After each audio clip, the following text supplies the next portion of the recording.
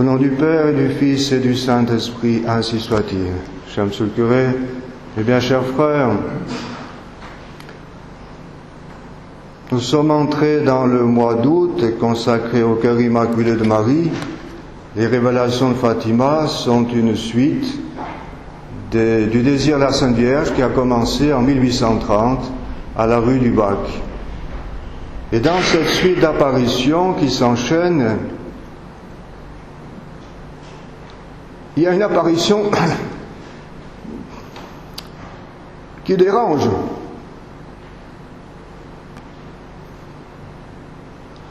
Ce n'est pas d'aujourd'hui.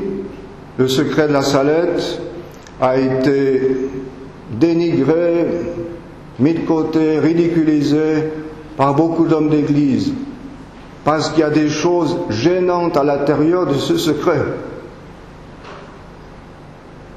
Et aujourd'hui, la fraternité, et je pense que c'est une grâce, a dévoilé sa pensée. C'est un professeur au séminaire qui a fait une conférence où non seulement il attaque son fondateur,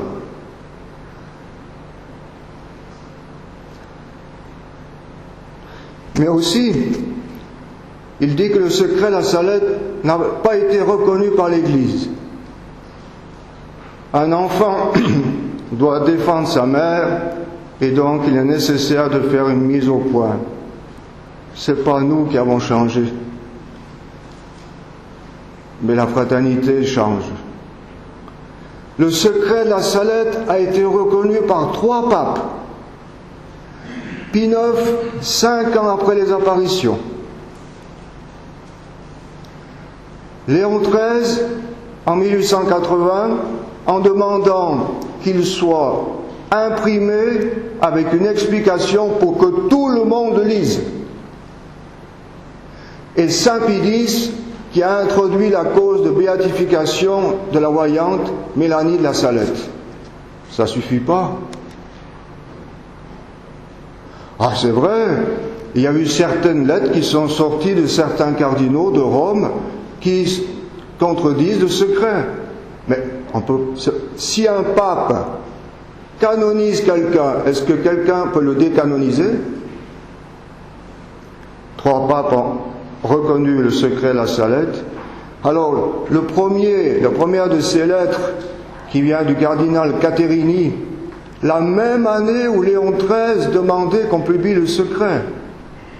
Cette lettre a été extorquée par les évêques français qui ont chassé Mélanie de France, en disant, écoutez, si vous ne faites pas une lettre qui condamne le secret, on ne donne plus le denier du culte à Rome. C'est ça qui commande au Vatican, nous disait Monseigneur. Et Léon XIII, d'ailleurs, qui avait été impressionné par ce secret et qui priait la Sainte Vierge pour avoir des lumières, a eu cette vision 3 ans après, le 13 octobre, où il voyait Satan et Jésus qui parlaient. C'était après la messe, et Jésus lui disait « Tu n'arriveras pas à détruire mon Église ». Et Léon XIII a entendu Jésus qui disait « Je te donne encore 100 ans ». Et alors il a fait un exorcisme où il a dit « Là où est le siège de Pierre, on a déposé le siège de l'abomination ». Saint Pie X a signé cet exorcisme. Il a demandé à ce qu'il soit imprimé. Entre son bureau et l'imprimeur, cette phrase a été effacée. Ce n'est pas d'aujourd'hui que l'ennemi est dedans. Et alors la Sainte Vierge, c'est vrai, elle dit des choses gênantes. Et ce n'est pas parce qu'un médecin dit des choses gênantes qu'il ne faut pas le suivre. Rome perdra la foi. Rome deviendra le siège de l'Antéchrist.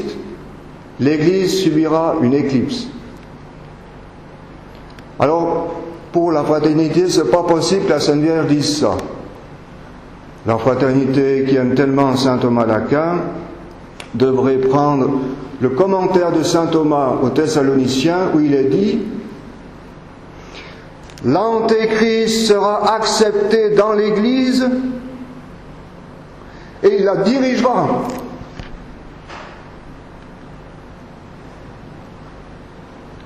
Quand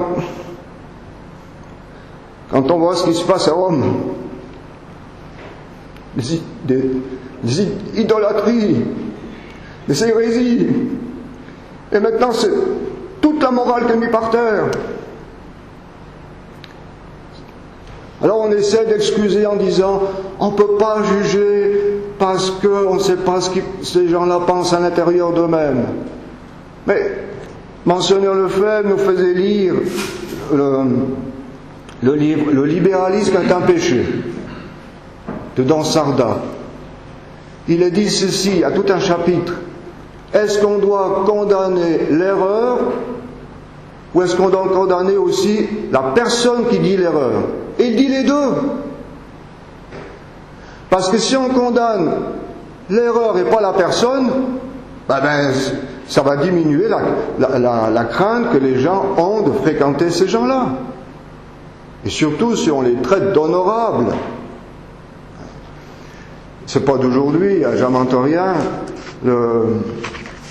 un directeur de séminaire, l'abbé Telma, qui est décédé maintenant, a écrit aux hommes d'église qui n'osaient pas faire de remarques aux gens de la politique qui étaient en train de déchristianiser la société. Les méchants oseraient-ils lever la tête avec impudence si dès le début on les avait condamnés et couverts de honte? Le mal est devenu puissant parce qu'on cesse de le combattre. Monseigneur disait, minimiser la gravité de la situation, c'est minimiser le combat. On s'est montré plein d'indulgence envers ces impies et ces blasphémateurs. Ils n'ont pas coupé avec eux. On les traite d'honorables. On va dans leurs assemblées. On leur présente des hommages. Et conclut avec ironie, s'ils avaient vécu à l'époque de Jésus, il est probable que le soir du vendredi saint, ils auraient accepté d'assister à un banquet offert par Pilate. Il ne marchait pas ces mots. Le démon, dit la Sainte Vierge, a obscurci leur intelligence. Et d'ailleurs, elle donne 4 dates dans ce secret, et si on ajoute 100 ans à la date, on comprend beaucoup mieux. Et donc, si nos seigneurs donnent 100 ans encore à Satan, eh bien, en ajoutant 100 ans à ces dates, on arrive à la mort du dernier bon pape, Pie XII, l'annonce du concile, 59, l'abomination de tout ce qui a été écrit dans le concile, 64, et on confie en 65 la fabrication d'une nouvelle messe à un prélat franc-maçon, Bounini, et à 6 pasteurs hérétiques. On comprend que la phrase « Rome deviendra le siège de l'Antéchrist », ça va arriver. Maintenant, il faut leur faire confiance, il n'y a pas de problème. Mélanie, qui voyait, en même temps qu'elle entendait les paroles de la Sainte Vierge, la vue de toutes ces prophéties, elle voyait ce qui allait arriver. Elle a vu 3 papes douteux, plats, vermoulus. On s'est demandé si François est pape, quand il raconte des hérésies et fait des idolâtries. Plat, on ne combat plus. On est d'accord avec tout le monde. Qui suis-je, moi, pour vous juger? Et justement, le successeur de Pierre est là pour juger du vrai et du faux, du bien et du mal. Et vermoulu, ben oui, vermoulu par l'œcuménisme. Attention, parce que la Sainte Vierge, dans son secret, rappelait qu'il faut sanctifier le dimanche, faire la prière du matin et du soir. Et si on ne le fait pas, il y aura des famines et beaucoup de morts chez les enfants. C'est arrivé. Sauf dans les villages où on s'est repris, où on a fait pénitence, c'est-à-dire où on s'est corrigé ses péchés. Rien qu'en Irlande, il y a eu 3 millions de morts. Alors ce qu'elle annonce dans le secret, vous le lirez, il est à l'entrée de la chapelle, c'est terrible. Le monde entier sera dans la consternation, des châtiments tels qu'il n'y en a jamais eu. Et heureusement que le bon Dieu raccourcira ces temps par la prière, les larmes et le sang des justes. Monseigneur nous disait, à Rome, ils ont le sida spirituel. Ils sont incapables de se défendre contre l'erreur. Et alors si quelqu'un a le sida, il ne faut pas le fréquenter pour être contaminé.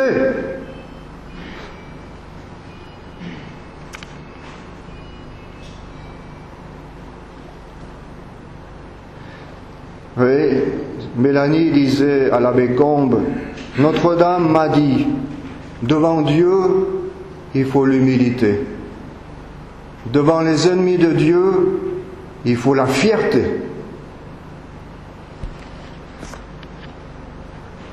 Alors ils ont fait, c'est clair, c'est une éclipse, une nouvelle église, d'où un nouveau code pour mettre en loi cette nouvelle ecclésiologie du concile. Nouveau sacrement, enfin, vous savez, ils ont... Et cet abbé de la fraternité contredit Monseigneur Lefebvre en disant, mais non, il n'y a pas 2 églises, il n'y a qu'une église. Mais il y a l'église conciliaire. Oh non, Monseigneur, vous savez, il ne faut pas le prendre à la lettre. C'est un pasteur, et alors il réfléchit tout haut. Tout juste qu'il n'a pas dit qu'il était déséquilibré. Son père. Alors vous comprenez qu'on chasse les évêques, qu'on met de côté les prêtres qui sont contre cette nouvelle politique, et qu'on embrasse, qu'on prend chez soi des évêques tels que Monseigneur Wander et compagnie. C'est eux qui changent. Et Monseigneur, le jour des sacres, avait dit, j'étais obligé de faire cette opération survie, parce que je ne voulais pas vous mettre dans les mains des évêques conciliaires dont tous les sacrements sont douteux. Et l'abbé n'a pas peur de dire, mais non, il n'y a aucun doute sur la validité des sacrements. Contredit. Alors on accepte ces nouveaux prêtres dans la fraternité, ils disent la messe, ils confessent, et il n'y a peut-être rien du tout. Ils ont été jusqu'à dire la messe du pèlerinage à Lisieux, sachant, d'ailleurs ils l'ont déclaré, que l'évêque de Lisieux donne la communion aux protestants, c'est un sacrilège. Alors ils ont dit la messe dans la cathédrale de Lisieux, ils ont consacré un ciboire et ils ont mis le ciboire dans le tabernacle, à la merci des protestants.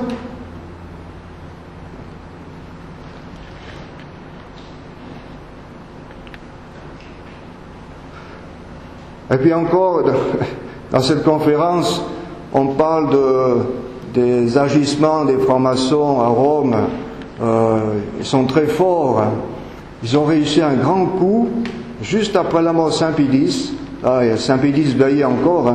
Juste après, ils ont réussi, ils ont trouvé un livre publié par un prêtre un peu fada qui cite le secret de la Salette, mais avant et après il raconte n'importe quoi.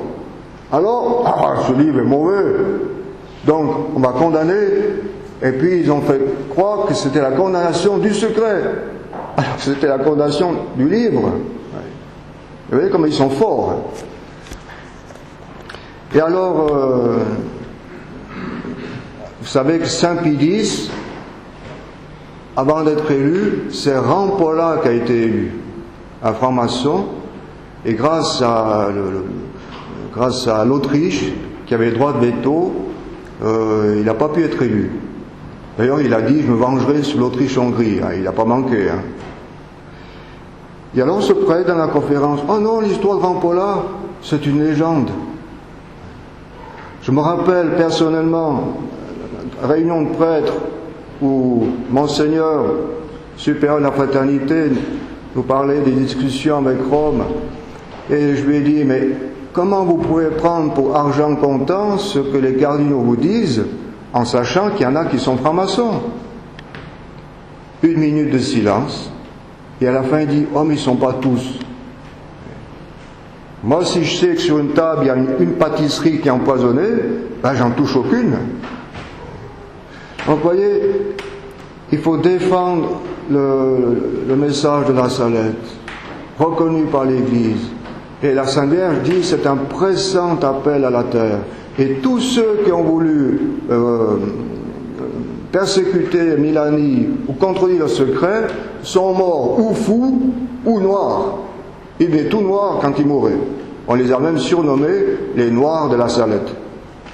Alors prions pour ces prêtres qui osent toucher aux demandes de la Sainte Vierge. C'est vrai que ce n'est pas un symbole de foi comme le credo, mais on a bien appris au séminaire, ne pas croire à une apparition reconnue par l'Église, c'est téméraire, car c'est refuser une grâce que le ciel nous donne. Donc c'est mépriser le Saint-Esprit. Ah, attention. Alors relisez ce secret, diffusez-le et défendez l'honneur de Notre-Dame. Ainsi, elle dit bien, j'appelle mes enfants, je vous porte dans mes bras, allez, combattez, vous, petits nombre qui y voyez, je suis avec vous et en vous. Tout à coup, Saint Michel et ses anges mettront à mort tous les ennemis de Dieu et tous les hommes adonnés au péché. Tout à coup, il n'y aura plus le temps qu'il y a pénitence. Attendez, non. C'est maintenant qu'il faut faire pénitence, qu'il faut aller au sacrement de pénitence, qu'il faut se corriger ses péchés et qu'il faut prier la Sainte Vierge et écouter ce qu'elle a demandé. Alors prions-la les uns pour les autres, même pour ceux qui, nous font souffrir. Au nom du Père et du Fils et du Saint-Esprit, ainsi soit-il.